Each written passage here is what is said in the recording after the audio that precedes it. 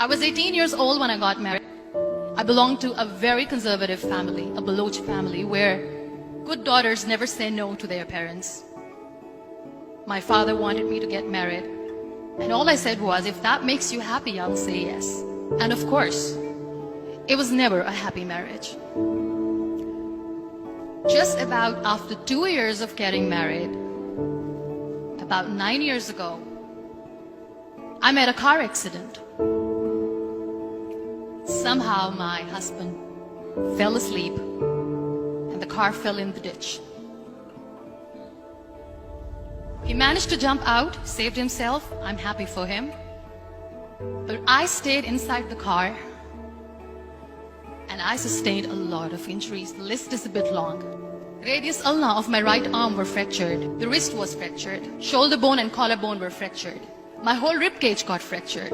But that injury that changed me and my life completely was the spine injury. Many people came to rescue. They gave me CPR. They dragged me out of the car. And while they were dragging me out, I got the complete transection of my spinal cord. Those 2.5 months in the hospital were dreadful. I was at the verge of despair. One day, doctor came to me and he said, well, I heard that you wanted to be an artist, but you ended up being a housewife. I have a bad news for you. You won't be able to paint again.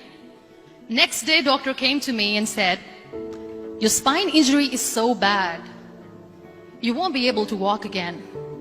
I took a deep breath and I said, it's all right.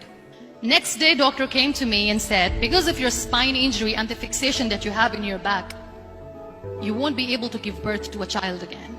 That day, I was devastated. I started to question my existence. Why am I even alive?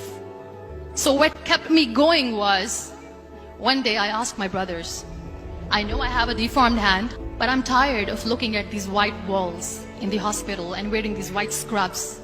Bring me some colors, bring me some small canvas. I want to paint. So the very first painting I made was on my deathbed, where I painted for the very first time. What an amazing therapy it was. Without uttering a single word, I could paint my heart out.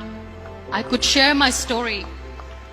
People used to come and say, what lovely painting. So much color. Nobody could see the grief in it. Only I could. And that day I decided that I'm going to live life for myself. I am not going to be that perfect person for someone. I am just going to take this moment and I will make it perfect for myself. That I'm going to fight my fears. So I wrote down one by one all those fears. And I decided that I'm going to overcome these fears one at a time. You know what was my biggest fear? Divorce.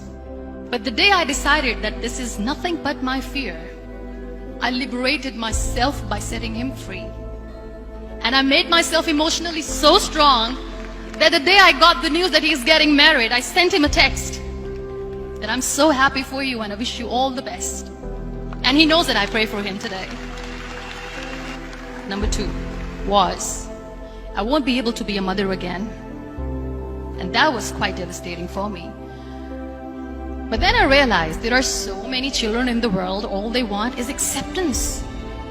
So there is no point of crying, just go and adopt one. And that's what I did.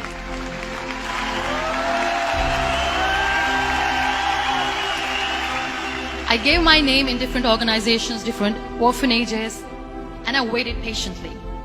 2 years later, I got this call from a very small city in Pakistan.